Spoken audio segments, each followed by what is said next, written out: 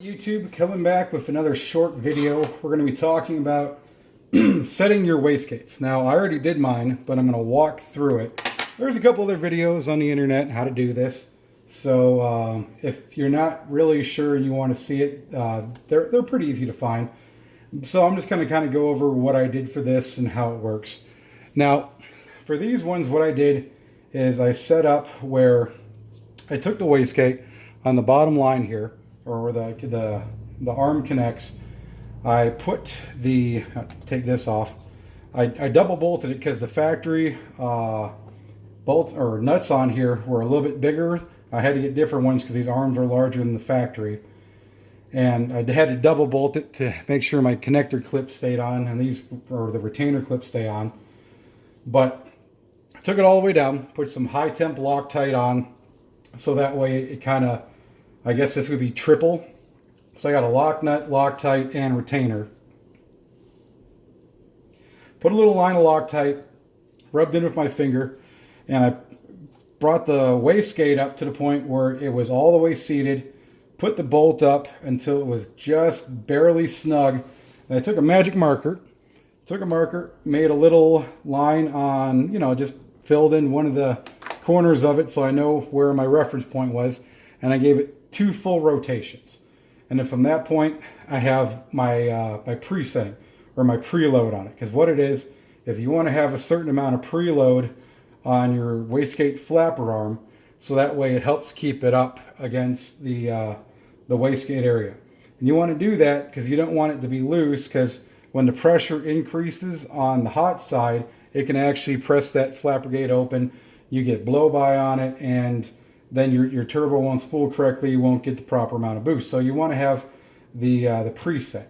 So once I get the 2 full spins of preset on both, and the greatest part about these is these are extraordinarily accurate from Turbo Smart, so they were the same, and whatever adjustments I had to do from that point, it changed. Now what I ended up doing is I ended up going to 5-pound wastegates, or the wastegate springs, because I talked to the tuner, and he said that the tune that he has was set up for the 5 pounds. So I took these guys out and put the smaller 5-pound ones in, which is fine because the 5 pounds on these actually hold extraordinarily well versus the factory ones. So once I got that on, I just took a couple pieces of line. I took a Y connector, brass one here. You can use a plastic one too, but these are going to come into play later in my videos. Now, you can use an air compressor with, I can't speak today, sorry, still getting over my cold, my ears are kind of clogged up, with a regulator, but I like this Mivivac. This is really great, can create either pressure, or if you rotate it, it can create vacuum.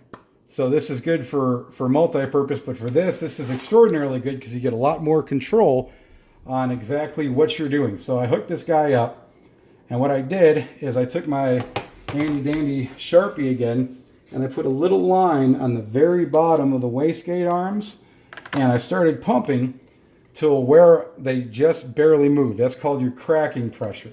Now, stock cracking pressure for K03, K04s is around 3 to 4 pounds boost. Now I'm running a little bit higher. I'm going to be running about 18 PSI on these. I'm not going crazy because I still have my Tiptronic. I don't have an upgraded torque converter, although mine is an 05, so it's supposed to have the fixes already. It's not really having any issues, but my transmission does have 167,000 plus miles on it, so I don't want to push it too hard until I get the 6-speed conversion. So I'm only going to be pushing probably about 350, 375 horsepower max on it. Anything past that, and well, I'm going to be on the side of the road calling a tow truck. So what I did is, leave that off for now. Throwing stuff.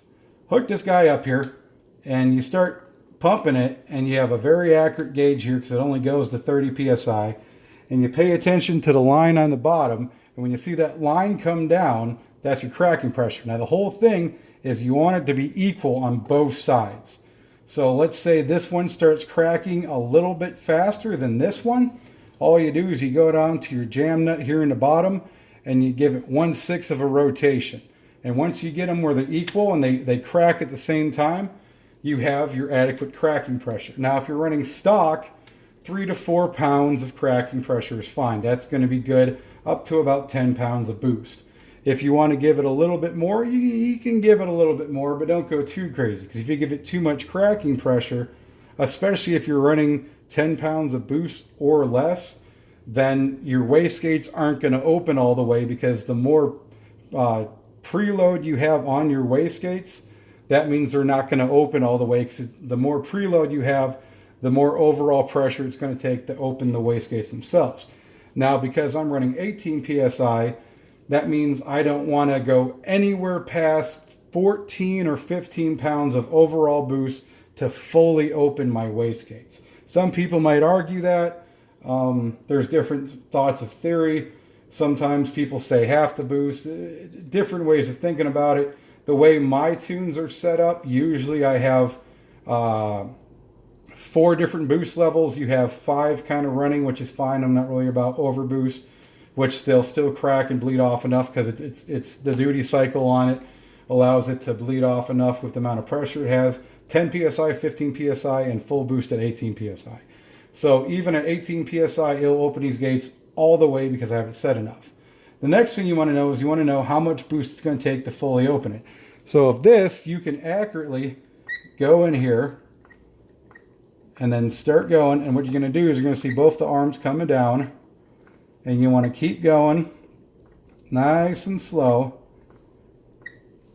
until you see both the arms have stopped moving. Yeah, keep going. My line's leaking just a hair. Just about there. Ah, stop leaking. Damn it. I really need to put a hose clamp on this. Okay, well, let's try doing this without me screwing up. Go a little bit faster.